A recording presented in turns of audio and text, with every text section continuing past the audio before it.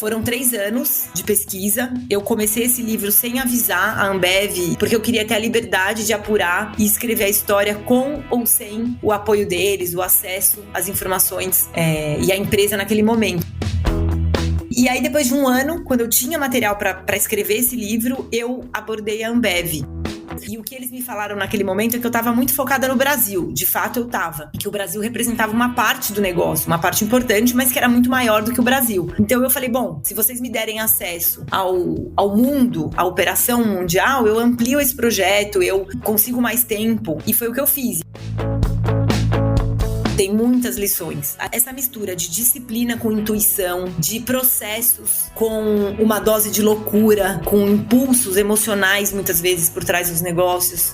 Essa junção, que não é nada fácil de você saber a medida, ela é muito familiar para o empreendedor e eu acho que ele está nessa busca constante de como dosar essas coisas. Então, por um lado, você vê a Ambev como um sinônimo de processos, disciplina, repetição, com práticas que se multiplicaram por outras empresas em busca desses resultados consistentes, sólidos, desse crescimento. E por outro lado, você tem histórias absolutamente emocionais, loucuras, como essa compra da Budweiser em 2008. O sistema que a Ambev construiu é um sistema muito poderoso e que pode ser usado por pessoas físicas, por empresas, para atingir um objetivo que fizer sentido para elas. Então, quando você tira essas peculiaridades do setor em que a Ambev está inserida e usa ali as ferramentas que ela te dá, né, de novos processos, você tem uma arma muito poderosa nas mãos. Você pode usar para fazer o que você acredita ser o melhor. A Ambev trabalhou todo esse tempo para se tornar uma grande corporação, uma corporação global, para escalar, tudo lá é muito grande. De repente, o valor que o consumidor vê não está mais nisso, mas sim naquela cerveja feita por uma pessoa com preocupações com o meio ambiente, etc. 3 temporadas, 5 anos no ar, mais de 20 milhões de downloads. O Resumo Cast é uma nação de empreendedores e você faz parte dela. Está começando agora mais um episódio da 3ª temporada, com Gustavo Carriconde. O livro de hoje, Dê um Gole Só, a história da Ambev e a maior cervejaria do mundo, foi publicado pela primeira vez em 2019 e fala sobre como uma empresa familiar e obsoleta, ineficiente, nascida em um país de economia emergente, se tornou a maior do planeta em seu setor. Essa obra reconstituiu a biografia da AB InBev, desde a compra da Brahma em 1989 pelos sócios do Banco Garantia Jorge Paulo Lemann, Marcel Teles e Beto Sicupira, passando pela formação da Ambev em 2000 até se transformar na cervejaria número 1 do mundo. A autora é a nossa convidada de hoje aqui no Resumo Cast, Ariane Abdala. Eu sou Ariane Abdala, jornalista e autora do livro De um Gole Só, a história da Ambev e a criação da maior cervejaria do mundo. Eu também fui co-organizadora do Fora da Curva 3, Unicórnios e Startups de Sucesso. Trabalhei em redação por 12 anos, redação de revista, e há 6 anos abri minha empresa de produção de conteúdo, Ateliê de Conteúdo. Já vamos iniciar o Resumo Cast de hoje, como sempre, indo direto para a mensagem central do livro. A mensagem principal do livro, na minha opinião, é que construir algo grande, consistente, transformador, leva tempo e exige muito trabalho, muita disciplina, muita atitude empreendedora, que é uma coisa que eu falo bastante, né, sobre atitude empreendedora, e que isso não pode diminuir ao longo do tempo. Se você quer que essa coisa perdure, o jogo nunca tá ganho. Foi isso que essa história me ensinou, assim. A gente vê hoje muita gente tentando fazer negócios rápido e o meu aprendizado com esse livro é isso. Leva tempo, exige um esforço e uma dedicação, muitas vezes que parecem além do razoável, e não pode baixar a guarda. Resumo Cast, livros para empreendedores.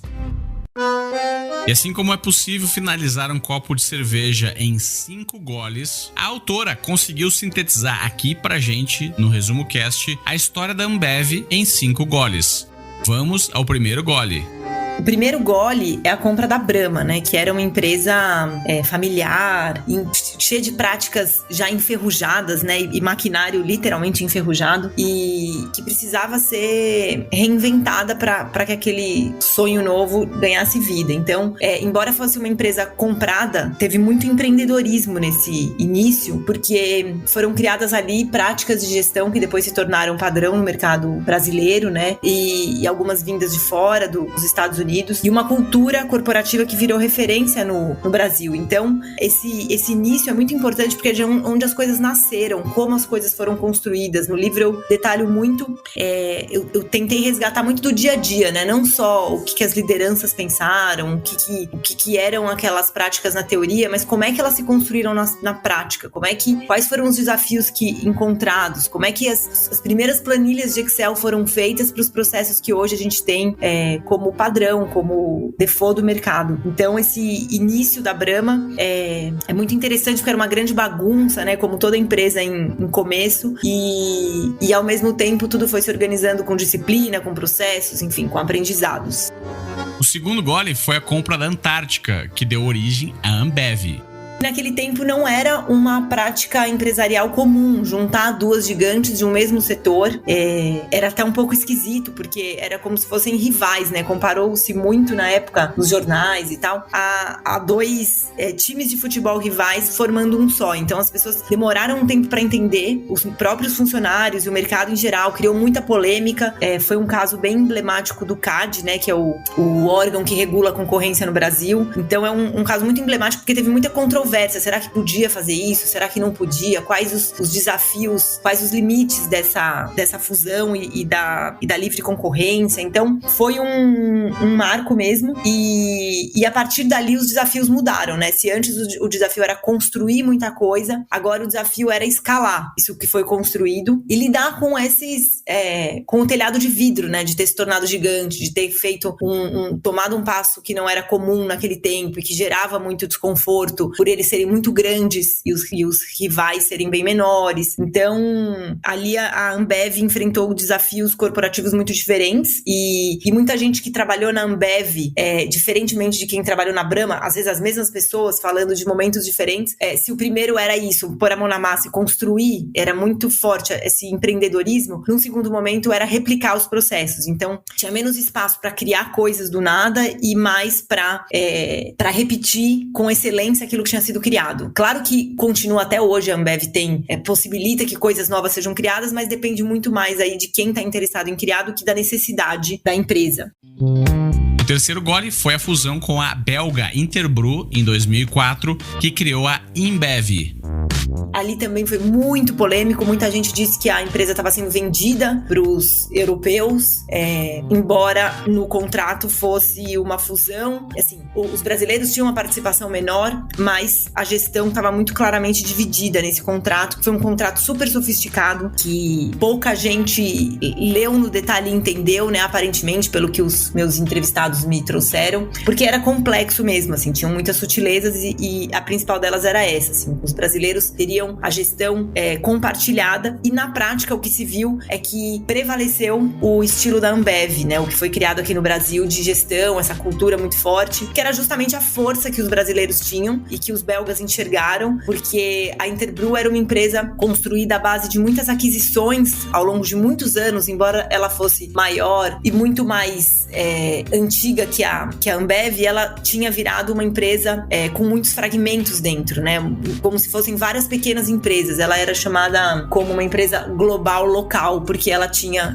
manteve a característica da cultura das empresas adquiridas. Então, o grande desafio da Ambev, quando se juntou com ela, formando a InBev, era colocar, fazer uma cultura única, fortalecer tudo isso. E ao contrário do que se falou, os brasileiros realmente foram pro mundo, não sumiram nessa, talvez, aquisição, se a gente pegar do ponto de vista de que os belgas tinham uma participação maior.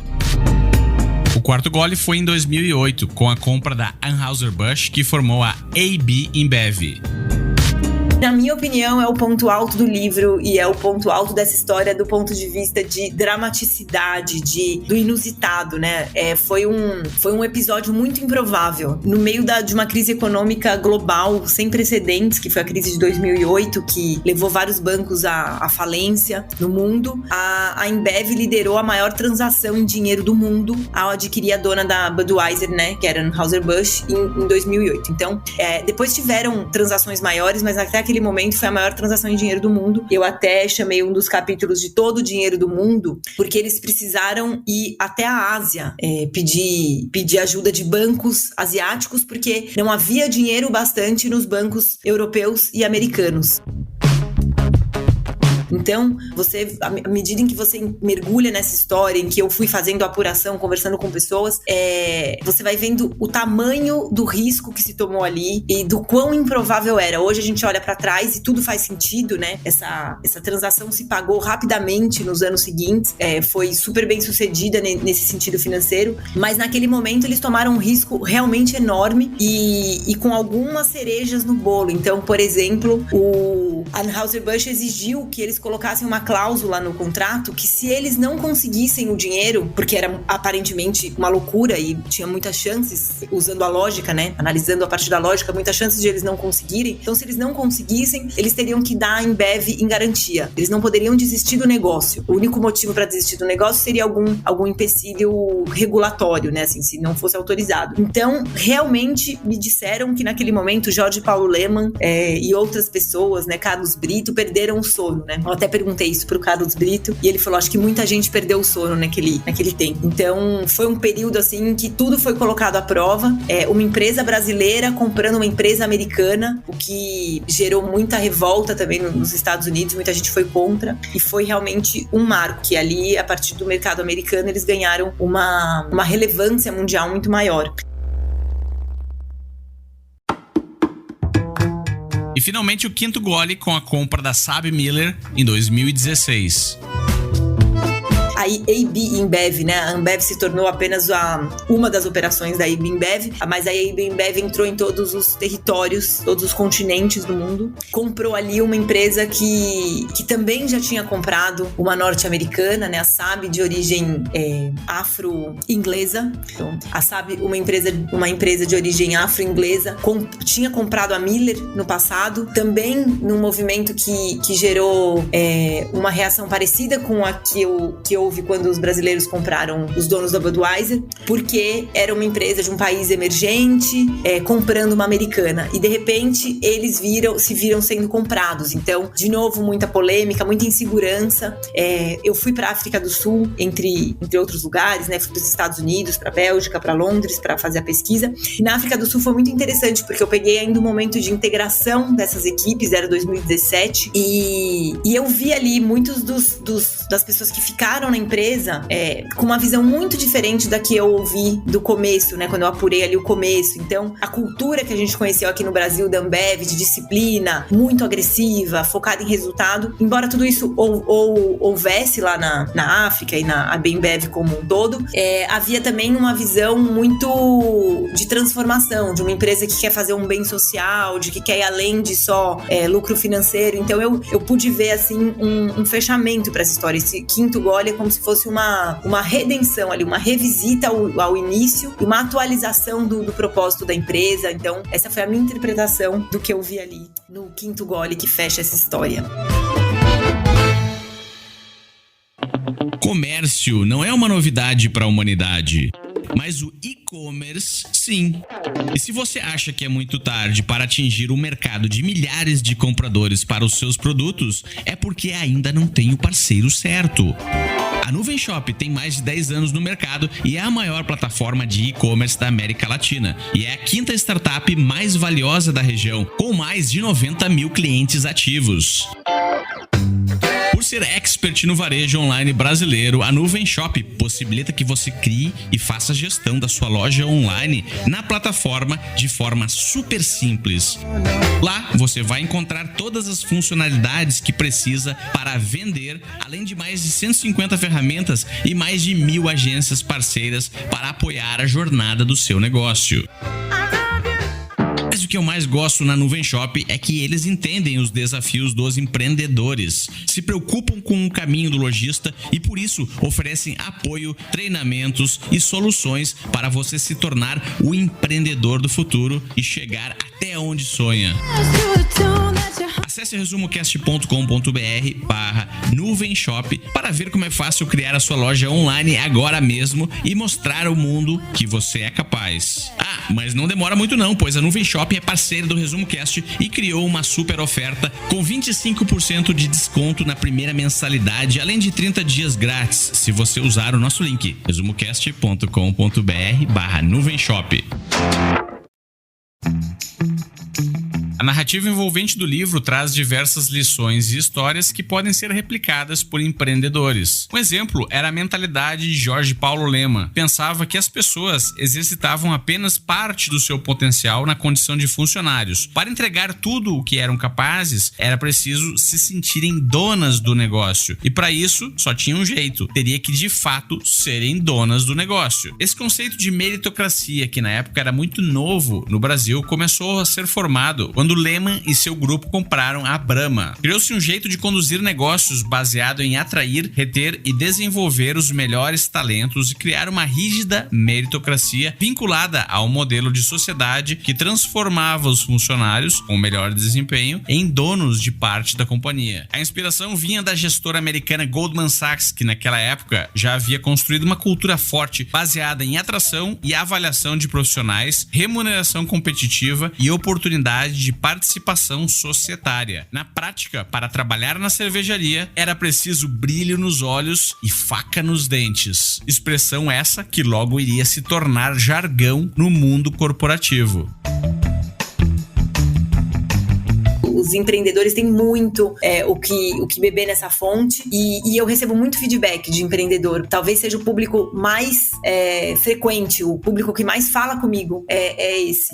Sem dúvida, tem muitas lições. A lição da disciplina é esse misto. Para mim, a grande lição, e aí eu falo como empreendedora também, né? Fui empreendendo enquanto eu escrevia e pesquisava esse livro, essa mistura de disciplina com intuição, de processos com uma dose de loucura, com impulsos emocionais muitas vezes por trás dos negócios. Essa junção, que não é nada fácil de você saber a medida, ela é muito familiar para o empreendedor e eu acho que ele está nessa busca constante de como dosar essas coisas. Então, por um lado, você vê a Ambev como sinônimo de processos, disciplina, repetição, com práticas que se multiplicaram por outras empresas em busca desses resultados consistentes, sólidos, desse crescimento. E por outro lado, você tem histórias absolutamente emocionais, loucuras, como essa compra da Budweiser em 2008. Uma coisa que, se você só for se ater às contas, à análise estratégica, ao cenário, ao que já foi feito, você não vai fazer, porque tem uma dose de loucura mesmo. É uma aposta muito alta, é um risco muito alto. Então, isso é muito presente na história toda da construção da Ambev, principalmente no começo, de ter essa junção, assim, de ter essas duas coisas muito fortes. É uma história muito intensa. E acho que por isso também que ela é muito controversa, muito polêmica. Você tem quem ame, quem odeie, porque é uma história que tem esse aspecto emocional, essa entrega total e essa razão andando lado a lado. Então, e isso no livro, se você mergulha no livro, você como empreendedor, tem isso em vários... você tem essa lição em várias práticas que você vai se identificar, né? Em vários momentos do negócio, na criação dos processos, na criação das metas, como é que você coloca a meritocracia em prática, quais são os dilemas da meritocracia que são difíceis de resolver. Eu trago no livro vários episódios, várias histórias que tangenciam, aterrizam isso que eu tô falando, mas isso tá presente no livro todo e, na minha opinião, é o que tem por trás do resultado dessa empresa. Os resultados da AB InBev entre 2016 e início de 2018 não foram tão vistosos quanto os anos anteriores, em meio a continuadas dificuldades nos Estados Unidos e no Brasil, em decorrência do aumento da concorrência e das mudanças do gosto do consumidor, além de uma conjuntura internacional desafiadora, especialmente para uma empresa com um nível tão alto de endividamento. O Brasil enfrentou nesse período a maior crise econômica de sua história. A situação externa se somaria aos desafios internos da empresa, que carregava agora as vantagens vantagens, mas também as dores de ter se tornado a maior cervejaria do mundo. Alguns fatores levaram a companhia, na marra, a repensar aspectos do seu modelo tão bem sucedido até então. Da queda do consumo de cerveja em diversas regiões do mundo a desvalorizações de moedas emergentes, havia uma confluência de elementos adversos na trajetória da AB InBev. A urgência só ficaria clara quando começasse a afetar os resultados financeiros, e esse momento chegaria.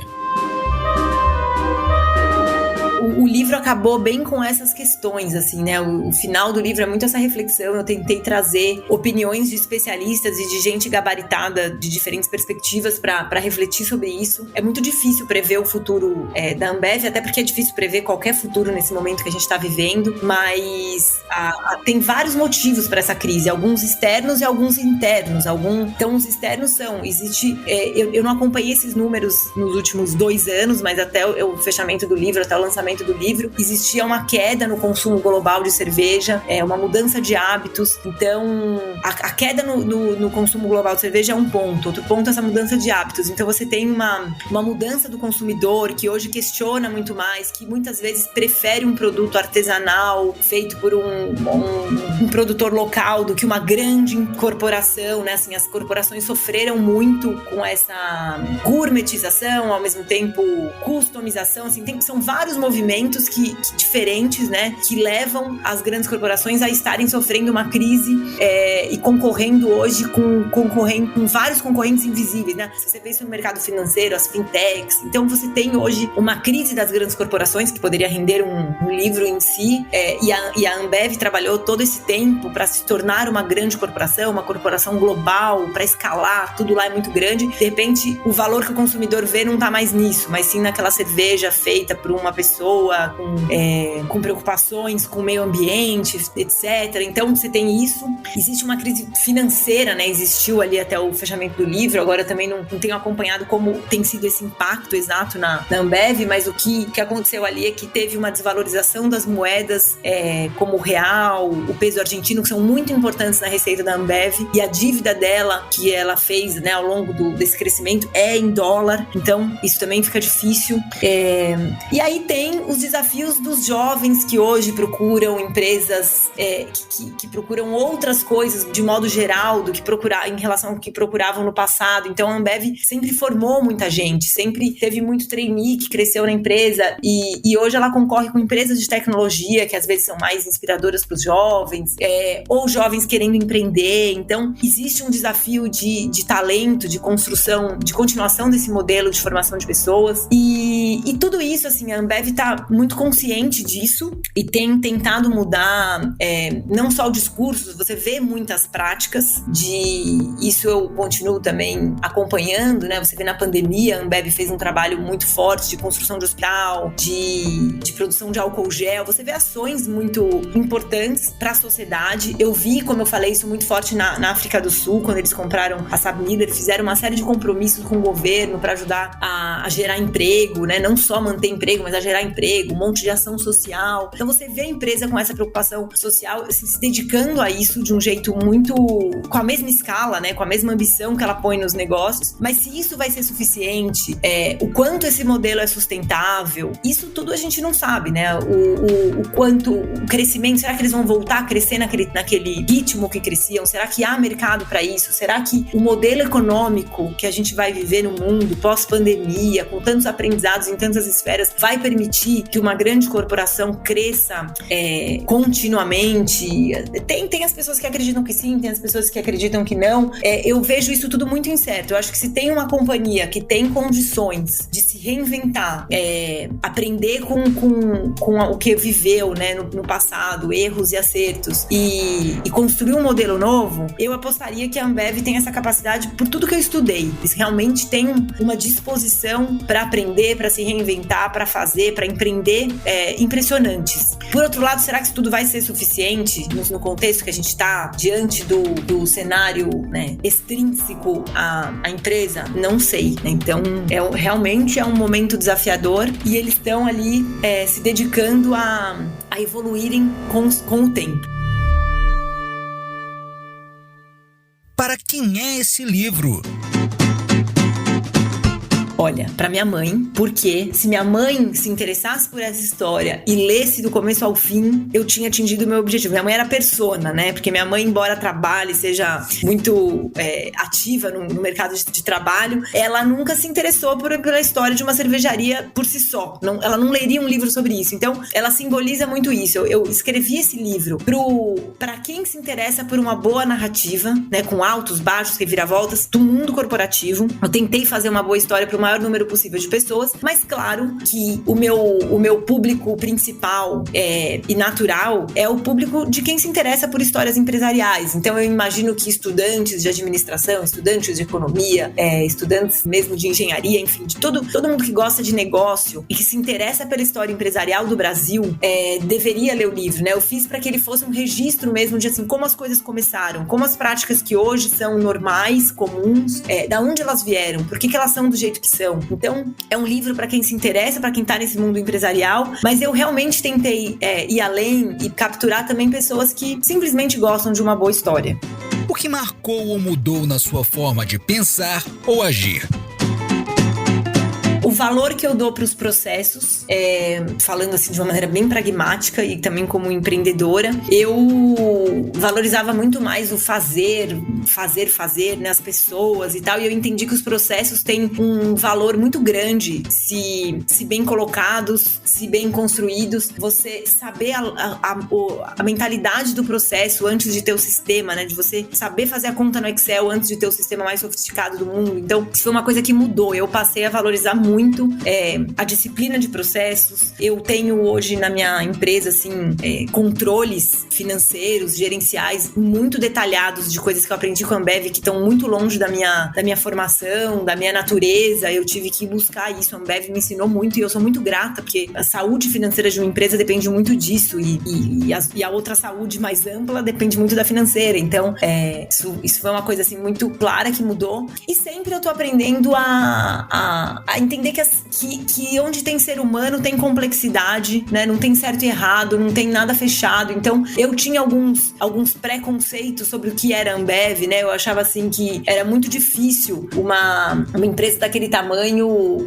falar em meritocracia. E eu fui entendendo o que significa a meritocracia na prática e aprendendo que assim, tem limites, né? O sistema tem limites, mas há formas de você construir as coisas bem embasadas assim. Quando você conhece de perto as pessoas por trás do negócio, sai da imagem da grande corporação, eu encontrei coisas em comum entre as pessoas que construíram a Ambev e o meu modo de pensar, que no começo, se você me falasse, eu acharia que não tinha nada a ver, assim, eu não conhecia bem e não me identificava. E de repente essa intensidade, essa entrega, essa capacidade de ser disciplinado quando você entende por que você tá fazendo aquilo, tudo isso eu me identifiquei, eu aprendi a valorizar, a respeitar, né, independentemente da natureza do negócio ser tão diferente da natureza do meu negócio, por exemplo, né? Então eu acho que o sistema que a Ambev construiu é um sistema muito poderoso e que pode ser usado por pessoas físicas, por empresas, para atingir o objetivo que fizer sentido para elas. Então quando você tira essas peculiaridades do setor em que a Ambev está inserida e usa ali as ferramentas que ela te dá, né, de novos processos, você tem uma arma muito poderosa nas mãos, você pode usar para fazer o que você acredita ser o melhor. Frase de outdoor. Eu gosto uma empresa só pode aproveitar oportunidades extraordinárias se for muito boa nas operações básicas. Às vezes a gente esquece disso, né? A gente quer o grande sem garantir o básico. Desafio para o ouvinte.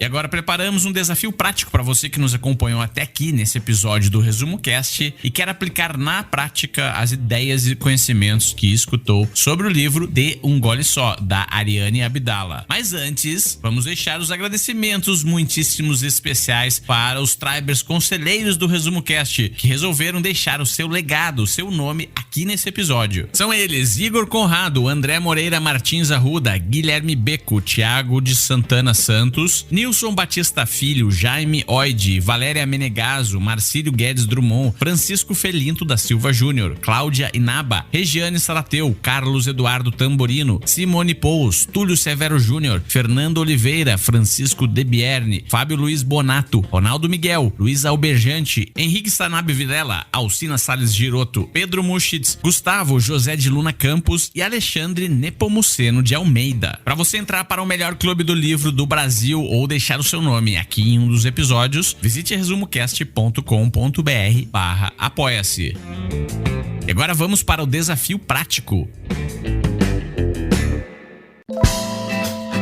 Depois de aprender um pouquinho sobre a história da Ambev, a gente viu que várias aquisições fizeram ela se tornar esse gigante que é hoje, onde cada compra de uma nova empresa foi agregando valor adicional ao grupo. E o desafio de hoje está relacionado com adquirir valor. Então, se você for um empreendedor com o seu próprio negócio ou se for um colaborador trabalhando para uma empresa de médio, pequeno ou grande porte, pense a respeito do setor que está atuando. Se no seu nicho de mercado você achar que não consegue mais crescer ou que a empresa que trabalha não consegue mais crescer, qual seria a pequena startup ou concorrente que, se adquirida, poderia proporcionar a abertura de novas frentes com acesso a um mercado maior, novos consumidores, novas tecnologias e novos produtos? E esse exercício é cada vez mais relevante nos dias de hoje, porque cada vez mais estamos vendo as merge and acquisitions acontecerem, ou seja, quando empresas compram outras empresas para agregar valor à sua própria operação e se diferenciarem, se consolidando ainda mais em mercados. Agora, se você está mais interessado em autodesenvolvimento, pense em como você pode aumentar o seu próprio valor interno. Segundo Warren Buffett, o melhor investimento é aquele que fazemos em nós mesmos. Então, a grande lição que fica é que, assim como as grandes empresas, os grandes seres humanos conseguem, ao longo de suas vidas, adquirir valor próprio e pessoal através de várias atividades. Vou citar algumas. O primeiro grande grupo de atividades, obviamente, está relacionado a se educar, fazer um curso, uma graduação, participar de treinamentos. Mas não fica só por aí. Participar de reuniões com pessoas que sabem mais do que você, iniciar um pequeno negócio, um pequeno empreendimento. Nós fizemos o resumo do livro Side Hustle, do Chris Gilbo. E lá, por exemplo, você pode utilizar o seu tempo para iniciar um pequeno projeto que vai te ensinar muito. Procure pelo episódio 68 da terceira temporada do Resumo Cast. O livro é o Side Hustle. E comece a se comportar como Ambev. Adquira valores, formule as suas convicções sobre princípios, maneira de agir, métodos, sistemas e formas de trabalhar. E assim você será capaz de deixar um legado, capaz de inspirar outras pessoas e talvez até mesmo outras gerações. Foi um prazer estar aqui, falar com vocês, contar essa história que me motiva muito. Quem quiser saber mais sobre meu trabalho, eu tô no LinkedIn, Ariane Abdala, com B mudo, 2 L's e H no final. No Instagram, Ariane Abdala. E o site do Ateliê de Conteúdo é atelier, com R no final, atelierdeconteúdo.com.br. E o Resumo Cast de hoje fica por aqui. Te vejo na semana que vem com mais um grande livro para empreendedores.